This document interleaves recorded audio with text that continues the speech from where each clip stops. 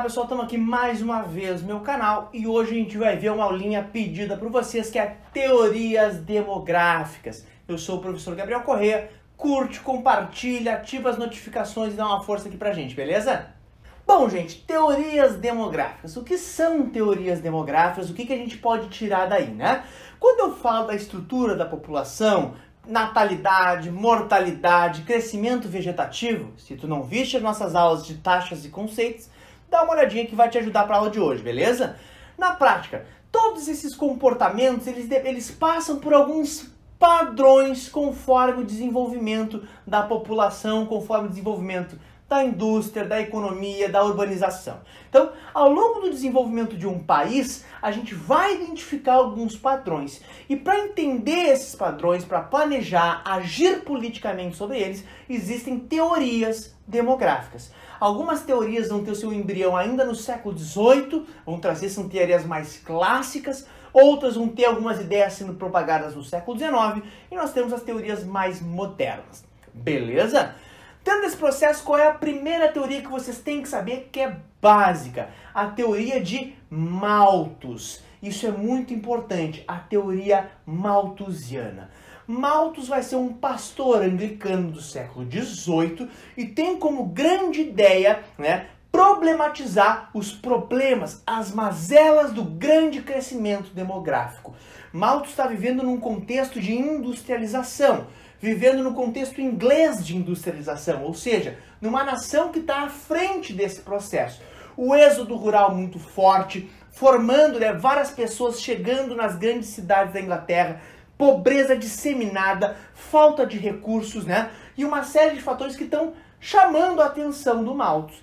Malthus vai identificar que, na sua problematização, talvez com a população crescendo tanto, tão rapidamente, que é uma das características desse processo de urbanização, eu ter uma maior quantidade de pessoas em função das quedas da taxa de mortalidade, as pessoas estão vivendo mais.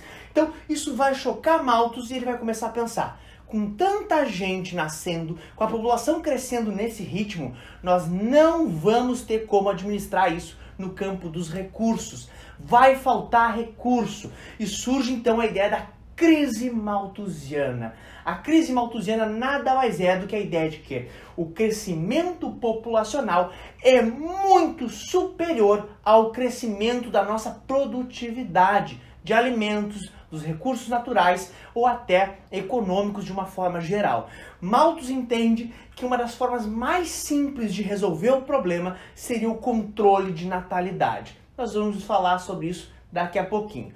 Vale destacar que para explicar esses ritmos de crescimento, as diferenças entre recursos e população, Malthus se utilizou de um sistema matemático, APA e APG. Dentro da ideia, Malthus acreditava que a nossa capacidade de produzir recursos seria um crescimento em PA. O que significa isso? Que a progressão que está acontecendo tem a razão que é uma soma. Vamos dar um exemplo? Se eu tivesse uma PA de razão 2, avançando positivamente, nós temos então o número inicial 2, beleza? Num segundo momento da história, a população, os recursos, mais 2, 4, mais 2, 6, mais 2, 8, mais 2, 10 e assim por diante. Ou seja, uma progressão matemática que vai tendo uma sequência de soma em relação ao seu crescimento. Quando eu falo já na situação da população, essa PA explica os recursos. Quando eu falo na questão da população, nós teríamos uma progressão em PG, ou seja, um progresso violento, muito mais intenso, que a razão não é mais uma soma, e sim uma multiplicação. 2 vezes 2, 4, vezes 2, 8, vezes 2, 16, vezes 2, 32. Ou seja, o ritmo da PG é muito mais acelerado. E a gente teria um período da história onde o descompasso entre o recurso e a população geraria a tal crise malthusiana. Malthus foi além, disse que a crise traria miséria, conflitos, guerras, epidemias de doenças. Às vezes a gente tem que pensar, se esse cenário não acontece por outros motivos, Então tudo isso seriam mazelas fundamentais caso não houvesse uma intervenção, o controle de natalidade. O fato do Malthus ser um pastor anglicano vai trazer um temperinho moralista na sua teoria. Malthus acreditava que as famílias mais pobres tinham muito mais filhos e, em consequência, por causa disso, eram mais pobres. Isso precisava, então, propagar para essas famílias um controle familiar, um controle moral. Se não tens dinheiro para sustentar os teus filhos, então não faça filhos. Essa era a grande ideia malthusiana, como se as populações fossem culpadas pela sua própria pobreza. Essas comunidades de imigrantes que estão saindo do campo e indo para a cidade fossem culpadas da sua pobreza em função do seu grande número de filhos. Malthus também traz esse peso moralista porque ele entendia, inclusive, que a abstinência fosse uma das soluções. Malthus prega no campo da família um controle de natalidade pautado numa moralização das relações familiares. Isso é bem interessante. Ele chega a falar em planejamento de Estado, mas na prática a ideia dele é bem nesse controle familiar, nesse controle, local ali, das relações morais. Beleza, gente? A teoria malthusiana vai influenciar muito as perspectivas mais conservadoras. É considerada uma teoria mais clássica que tem expressões até hoje. A segunda teoria que nós temos que saber é a teoria reformista. O que é a teoria reformista?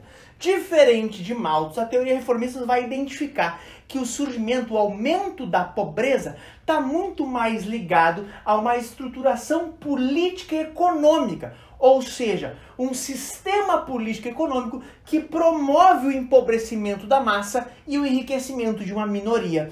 Começa a trazer para a teoria demográfica aspectos como diferença de classe, acesso à riqueza, acesso à informação, acesso à saúde. Começa a politizar muito mais o comportamento demográfico. O embrião da teoria reformista está dentro do século XIX, de pensadores críticos do século XIX, mas principalmente um carinha chamado Karl Heinrich Marx. O Marx vai dar, apesar de não ser um demógrafo, não ser um dedicado ao estudo da população, Marx vai trazer alguns aspectos que foram importantes para elaborar a teoria reformista.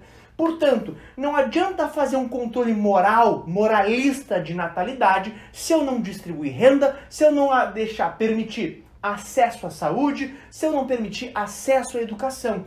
Para o pensamento reformista, quanto mais acesso à qualidade de vida, quanto mais acesso à educação, a natalidade teria uma tendência natural à sua redução.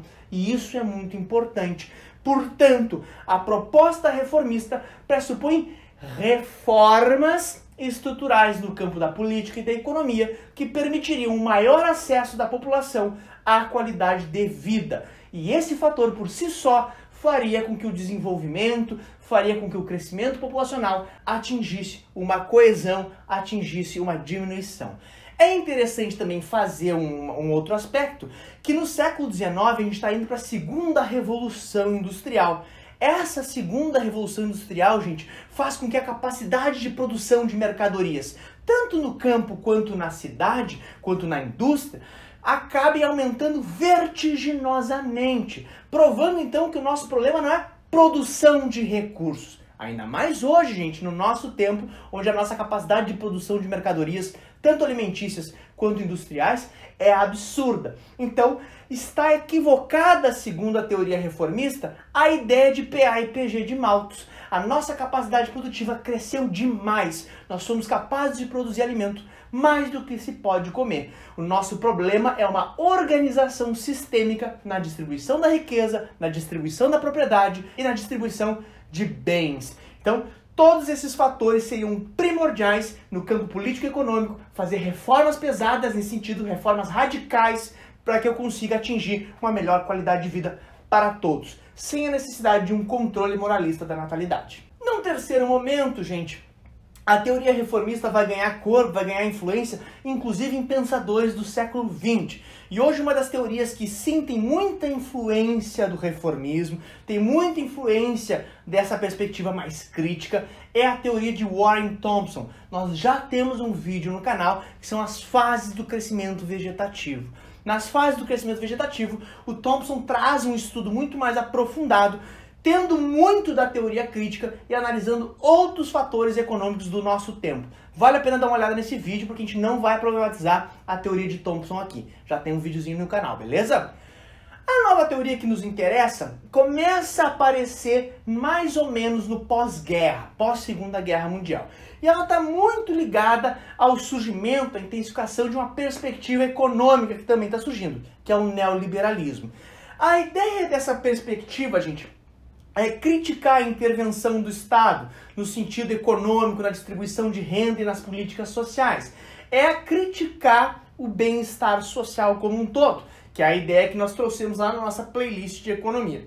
Essa nova perspectiva vai retomar o pensamento malthusiano. Surgem os neo-malthusianos, contexto pós-Segunda Guerra Mundial.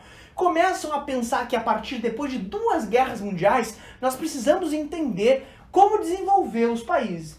Em vez de problematizar a distribuição de recursos, a divisão internacional do trabalho, a dependência dos países subdesenvolvidos frente aos desenvolvidos e uma série de outros investimentos de cunho econômico e social, esses neo-malthusianos vão defender que muitos países são pobres em função da sua alta taxa de natalidade. Ou seja, se eu tenho uma taxa de natalidade muito elevada, eu tenho uma consolidação da pobreza. Então, os neo-malthusianos muitas vezes vão ignorar os aspectos históricos, as contradições sociais, para trazer uma explicação simplista da pobreza. Neo-malthusianos resgatam alguns aspectos do pensamento de Malthus para fazer uma teoria demográfica pautada na mesma lógica. Nós temos que diminuir a natalidade para que esse país tenha condições de desenvolvimento. Aqui, gente, nós temos um discurso muito mais economicista, menos moralista. Por isso os neo-malthusianos vão dizer: pode fazer sexo, não tem que ter abstinência, desde que haja controle de natalidade, ou seja, a lei do filho único, como foi o caso chinês, ou alguma outra proposta feita pelo Estado. Nós temos que ter propagação de métodos contraceptivos, principalmente nas comunidades mais pobres. Se a pessoa sabe ler e escrever, que ela está livre da marginalidade. Nós temos que adotar urgentemente, sim, contra tudo e contra todos os defensores de direitos humanos, em especial, uma rígida política de controle da natalidade. Chega de nós darmos meio para que, não darmos meio para que casais cada vez mais coloquem gente que não tem a mínima condição de ser cidadão no futuro. Ou seja, nós temos que estruturar a política e a economia em função desse controle rígido que baixaria a natalidade e permitiria o desenvolvimento.